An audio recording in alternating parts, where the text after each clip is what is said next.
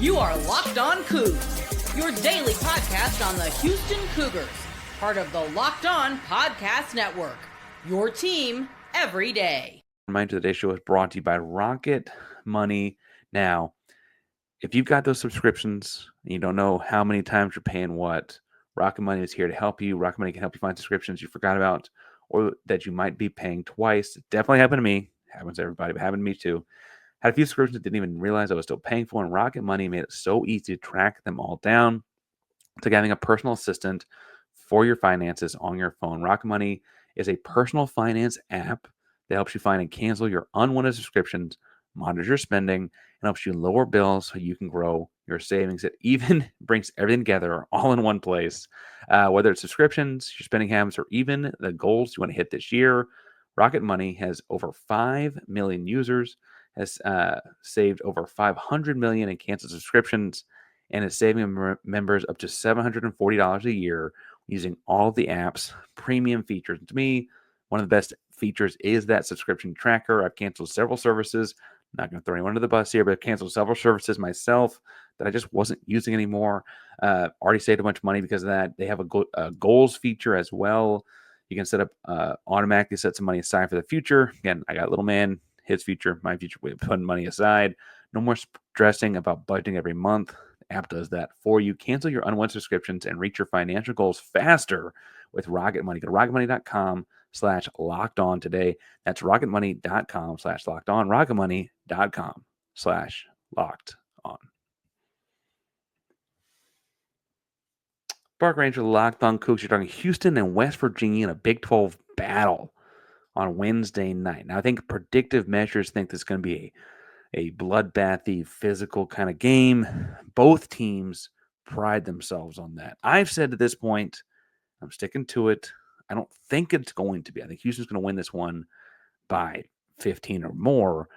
However, if we entertain the idea, then I'm wrong. Sure, I'm wrong a lot, and I'll own it after the fact if I am in the post-game show on Wednesday night / you might hear it Thursday morning if that's your MO. But both of these teams pride themselves on defense. And admittedly, they're going to pull out some sort of, if I've watched 3 games of these guys now at this point, usually, pretty quick watch on them because you go through without free throws or whatever. But 3 games with these guys, they pride themselves on defense. And what I think is interesting, partially because of the lineups, but larger part because of who they play, they kind of do different stuff on defense every game. And so what I interpret that as is that, Devry, we heard from on the crossover show on Tuesday, Mountaineer Paul pointed out that he's really kind of building his program in the same kind of vein as Houston based on the defense and whatever. I think what that means is that they're going to take some away from Houston that, they're going to they're going to face guard Emmanuel Sharp and not let him wiggle free, or they're going to force a crowded drive or whatever, right? Whatever they try to do, they're going to force something. And I will say they practice too, and they're a Division I basketball team. They were ranked until very recently. And ultimately, I think that, I guess that would be how they ugly the game is both teams are low scoring, right? I think that's their way, their path to that kind of a game. And if both teams are down around 55, 60, it's just a close game and it's a single game sample, and who knows how the end goes, right? Like, I think that's what they're hoping for there. And there's gonna be a lot of, floor burn kind of moments, a lot of charges taken, a lot of block shots, a lot of, turnovers forced and whatever. I don't think Houston's gonna play into that. I think they got enough versatility and offense not to play their way into that kind of a game. But again, if I'm trying to think through how the Big 12 is, teams in this conference are very good. Coaches in this conference are even better.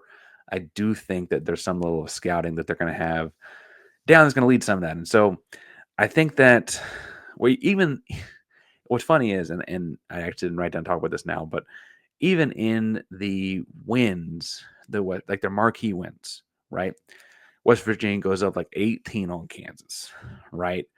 Ultimately wins by a single point because that ugly style of play they're trying to do they don't have the depth to keep it up for 40 minutes, right? It's exhausting. It's exhaustive, right? And you see Houston rotate through guys to kind of keep afloat with that, right?